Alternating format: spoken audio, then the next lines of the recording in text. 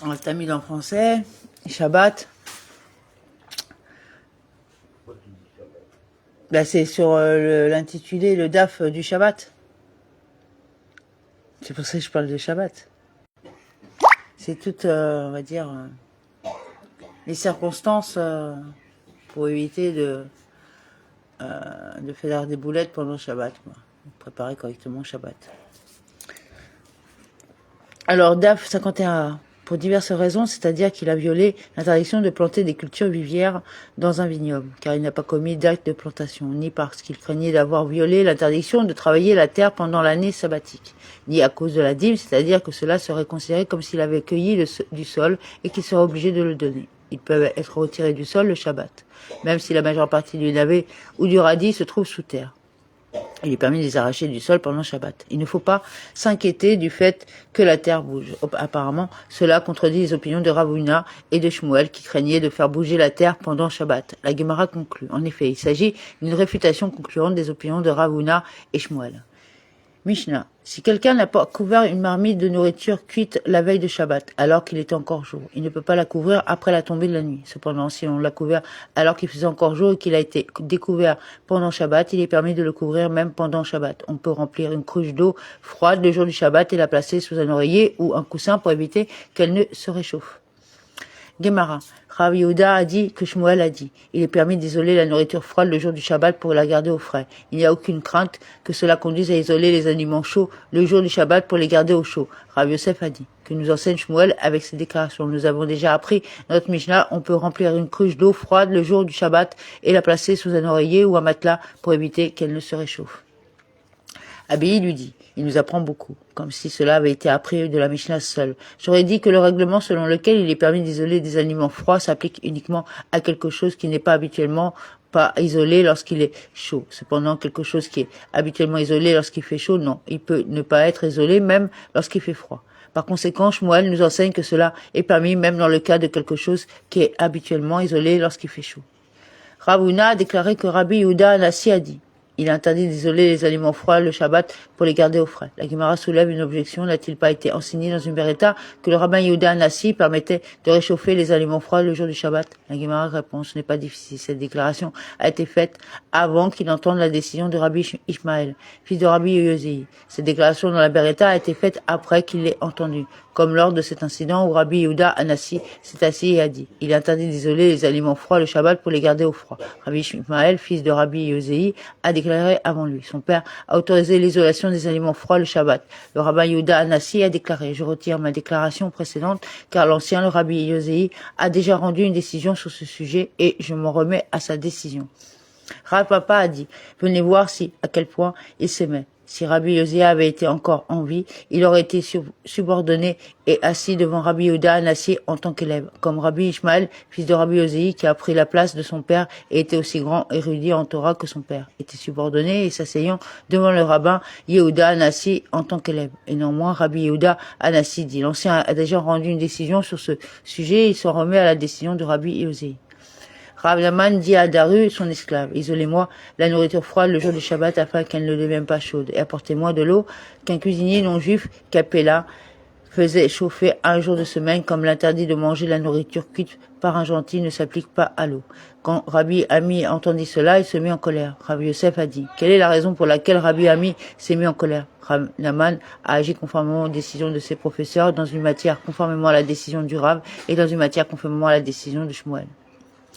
Et la Gemara explique sur un point, conformément à la décision de Shmuel, comme l'a dit Rav Yehuda, Shmuel a dit, il est permis d'isoler les aliments froids le Shabbat pour les garder au froid, dans un domaine conforme à la décision du Rav, comme l'a dit Rav Shmuel Barav Israq Rav a dit. Tout ce qui est mangé tel quel, cru, et sa cuisson n'est pas nécessaire, mais s'il est cuit, il n'est pas soumis à l'interdiction de nourriture préparée par les gentils, puisque l'eau est généralement bue crue, on peut la boire même si elle a été bouillie par un gentil. La Gemara répond, Rabbi Ami s'est mis en colère parce qu'il pensait qu'une personne importante est différente. Une personne distinguée comme Rav Naman doit être rigoureuse et se distancer de toute conduite qui pourrait être perçue même à tort comme un acte interdit. Les sages enseignaient dans la Tosefta, bien que les sages aient dit qu'on ne peut pas isoler des aliments chauds, même dans quelque chose qui n'ajoute pas de chaleur après la tombée de la nuit du Shabbat. S'il vient ajouter au matériau dans lequel il a isolé la nourriture la veille du Shabbat, il peut y ajouter même le jour du Shabbat. Comment devrait-il procéder? Rabban Shimon ben Gamiel a dit, il prend les draps avec lesquels il a isolé un pot et placé à leur place les lourdes couvertures qui assurent une meilleure isolation. Ou bien, s'il craint une chaleur excessive, il prend les lourdes couvertures dans lesquelles le pot avait été isolé et place à leur place les draps plus légers. Et de même, Rabban Shimon ben Gamiel, en enseignant une indulgence supplémentaire, a dit, ils ont interdit d'isoler une marmite le Shabbat pour garder son contenu au chaud lorsque la nourriture reste uniquement dans la même urne dans laquelle l'eau a été bouillie. Cependant, si l'on l'a vidé l'eau de cette urne dans une autre urne, il est permis d'isoler la deuxième urne pour garder l'eau chaude. La raison de la décision du Rabban Shimon ben Gamiel est la suivante. Il est interdit d'isoler une casserole le jour du Shabbat par crainte de ne pas chauffer la nourriture à l'avance. Maintenant qu'il a déjà pris des mesures pour refroidir l'eau en la versant d'une urne à l'autre, craint-il qu'il la fasse bouillir à nouveau le jour du Shabbat? Et Rabban Shimon ben Gamiel a dit, s'il a isolé le pot et l'a recouvert de quelque chose qui peut être déplacé le Shabbat, ou s'il a isolé avec quelque chose qui ne peut pas être déplacé le Shabbat parce qu'il est permis qu'il est mis de côté et l'a recouvert de quelque chose qui peut être déplacé le Shabbat. Il peut prendre le pot pour retirer la nourriture et le remettre à sa place sans s'inquiéter. Cependant, s'il a à la fois isolé et recouvert d'un objet qui ne peut pas être déplacé le Shabbat, ou s'il a isolé dans un objet qui peut être déplacé le Shabbat et l'a recouvert d'un objet qui ne peut pas être déplacé le Shabbat, si le pot a été partiellement exposé, il pourra retirer le pot et le recouvert tombera tout seul, puis le remettra à sa place. Et si le pot n'a pas été partiellement exposé, DAF 51b, il ne peut pas retirer le pot, puis le remettre à sa place. Rabbi Yehuda dit, la balle du lin est comme du fumier. Il est donc interdit d'isoler de la nourriture, même la veille de Shabbat. On peut placer une urne en cuivre sur une urne en cuivre, et on peut placer un pot en terre cuite sur un pot en terre cuite, car l'ustensile inférieur ne chauffera pas celui du haut. Cependant, on ne peut pas placer un pot en terre cuite sur une urne en cuivre. Si une urne en cuivre sur un pot en terre cuite, car dans ce cas, on craint que l'ustensile supérieur ne soit chauffé par celui du bas. Et on peut sceller l'ouverture d'un pot avec de la pâte. Tout ce qui précède ne peut pas être entrepris dans le but de chauffer l'eau, mais uniquement pour ce que la chaleur soit maintenue et qu'elle ne se refroidisse pas. Et tout comme on ne peut pas isoler des aliments chauds pour les garder au chaud, on ne peut pas non plus isoler des aliments froids pour les garder au froid. Le rabbin Yehuda Anassi a autorisé l'isolation des aliments froids le jour du Shabbat. Et on ne peut pas ni écraser la neige ni grêler le Shabbat pour que son eau coule et qu'il puisse la boire. Cet acte implique la création d'une nouvelle entité, l'eau issue de la glace le jour du Shabbat, ce qui est interdit. Cependant, il peut placer la neige ou la grêle dans une tasse ou un plat et la laisser fondre d'elle-même, et il n'a pas à s'inquiéter. En raison de la mitzvah de reposer ses animaux pendant Shabbat, son animal ne peut pas sortir dans le domaine public avec un fardeau. Toutefois, un objet destiné à protéger l'animal ou à l'empêcher de fuir n'est pas considéré comme un fardeau. Par conséquent, un animal portant des objets qui servent à cet effet peut sortir dans le domaine public. La Mishnah demande, avec quoi un animal peut-il sortir dans le domaine public le Shabbat et avec quoi ne peut-il pas sortir? Un chameau peut sortir le Shabbat avec un absar, un akar peut sortir avec un atam et un luv. Dekim peut sortir avec une perumbia. Tous ces termes seront définis dans la Gemara et un cheval peut sortir avec une chaîne autour du cou. Et en général, tous les animaux qui ont généralement une chaîne autour du cou, lorsqu'ils sortent dans le domaine public, peuvent sortir avec une chaîne le jour du Shabbat et peuvent être tirés par la laisse. T'entends?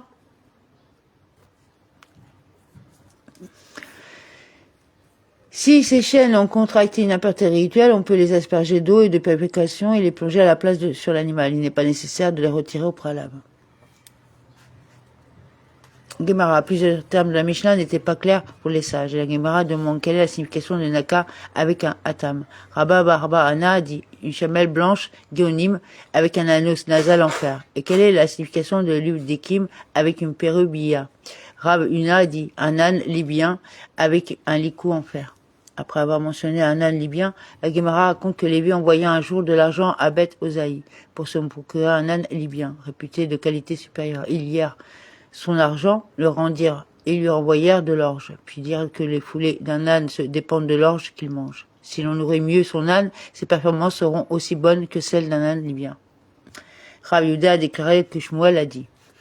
Les étudiants ont échangé les détails de la Mishnah devant Rabbi Yehuda Anassi et ont demandé quelle est la halakha concernant cet animal sortant du domaine public avec celle qui est autorisée pour cet animal. Par exemple, une chamelle blanche peut-elle sortir avec un mors ou un chameau avec un anneau nasal en fer.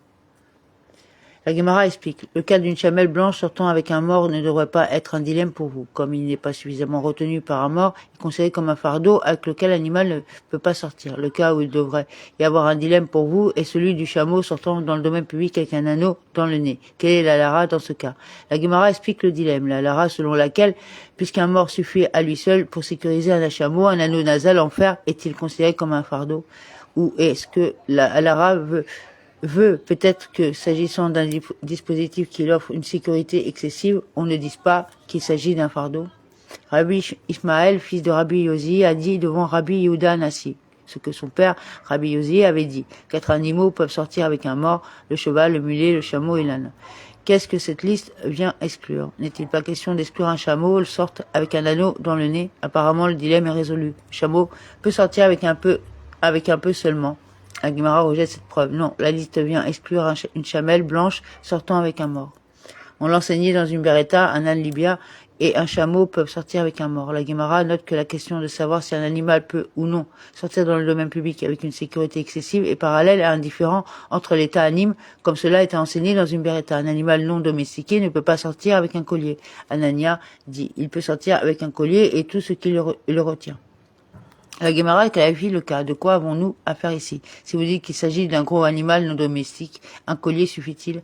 Comme il ne sécurise pas suffisamment l'animal, il est considéré comme un fardeau, il est interdit à l'animal de sortir avec lui pendant Shabbat.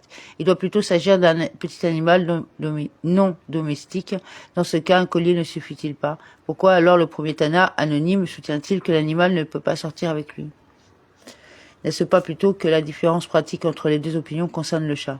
Le premier Tana anonyme du Beretta soutient que, puisqu'une petite corde suffit à un chat, un collier est considéré comme un fardeau avec lequel le chat ne peut pas sortir dans le domaine public. Et Anania soutient que, s'agissant d'un dispositif qui offre une sécurité excessive, nous ne disons pas que c'est un fardeau. Les Ta'anim ne sont pas d'accord sur la question de savoir si un dispositif offrant une sécurité excessive est considéré ou non comme un fardeau.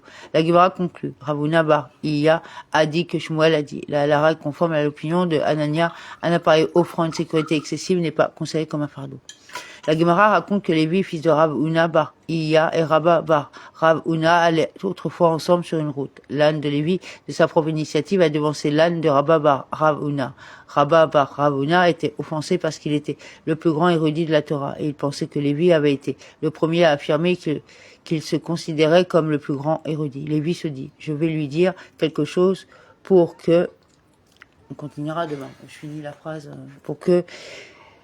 Pour qu'il sera apaisé et comprendra que je n'avais pas l'intention de lui manquer de respect. Il lui dit, un âne indiscipliné dans la conduite est mauvaise comme celui que je monte. Quel est l'avis religieux concernant le fait de le faire sortir avec un licol le jour du Shabbat? Généralement, pour sécuriser un âne, un mort suffit et il ne nécessite pas de licol. Un licol constitue une sécurité excessive. Cependant, la question est de savoir si un licol qui assure une sécurité excessive à un âne sauvage comme celui-ci est considéré comme un fardeau avec lequel il est interdit de sortir sur le domaine public le jour du Shabbat. Rabba bar Rav Huna lui dit, même si la sécurité est considérée comme étrangère, ton père a dit ce qui suit au nom de Shmuel. La Lara est conforme à l'avis d'Anania qui a dit qu'un dispositif qui assure une sécurité excessive n'est pas considéré comme un fardeau.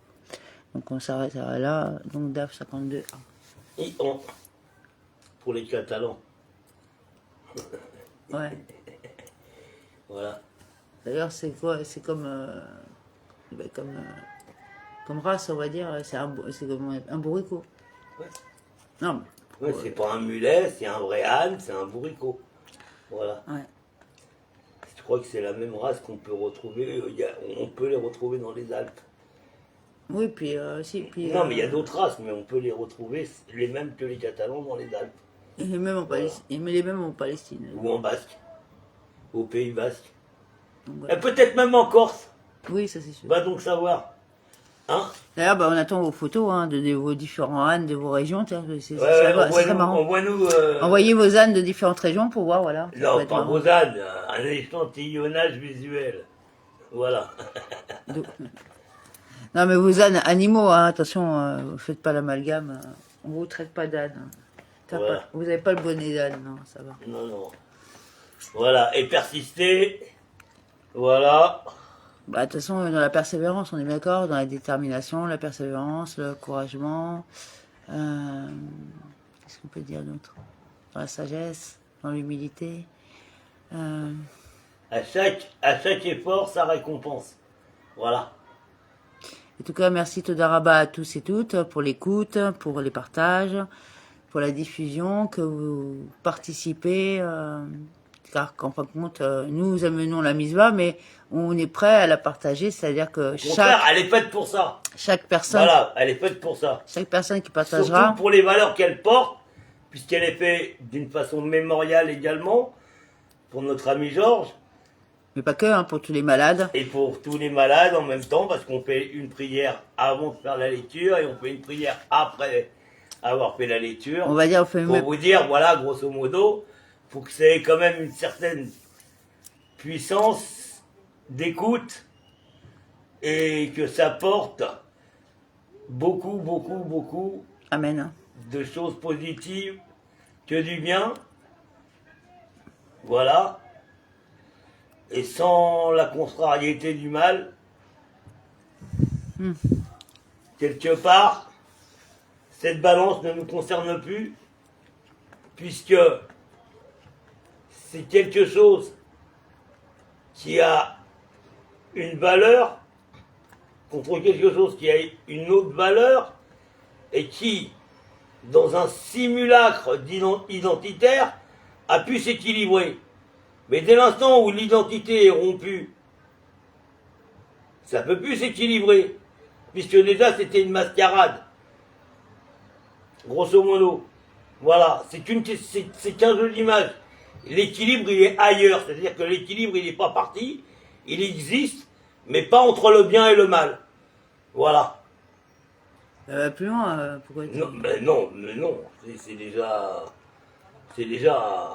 Oui, oui, non. C'est transposer l'équilibre et toute la compréhension de ce système d'équilibre entre le bien et le mal, le transposer sur un autre équilibre, je sais pas moi, Excusez-nous. entre le goût acidulé du citron et le goût sucré doux du miel. Voilà, faire un équilibre. Ah ouais, ça paraît bizarre, mais voilà, trouver un équilibre entre les deux, dans la subtilité des goûts et des saveurs, Là, c'est clair que bon. qui va compenser cet équilibre du bien et du mal, quelque part, qui a été manipulé, instauré, inculqué, on va dire gravé au burin dans notre éducation, et qui malheureusement est trop facile, surtout de nos jours, à détourner. C'est-à-dire que si tu suis les règles telles qu'elles ont été imprimées, aujourd'hui, t'es un, comment ils disent, comment ils disent dans la Bible, Quoi? au minimum, t'es un... Apostate? Non, un simple. Non, Un simplet? non, comment ils disent, Un gentil? Un gentil. Voilà, tu commences par là, tu deviens un gentil. Voilà, tu dis amen à tout ce qu'ils disent. Ouais, ça veut dire qu'en fin de compte, la Torah nous Tu cherches prévient. même plus à comprendre. Donc là, c'est pas le but de la Torah. Là. Le but de la Torah, c'est que tu cherches toujours à comprendre, mais à la fin, tu sais ce que tu connais, tu cherches plus à comprendre. Donc, la compréhension que tu as acquise va t'amener à comprendre autre chose. C'est-à-dire que maintenant, tu sais que l'ampoule, elle est faite avec un verre sous vide, un filament, où tu as le courant qui passe, etc. Tu vas avoir à t'intéresser directement à l'épaisseur du verre, à la qualité du verre, du filament, etc.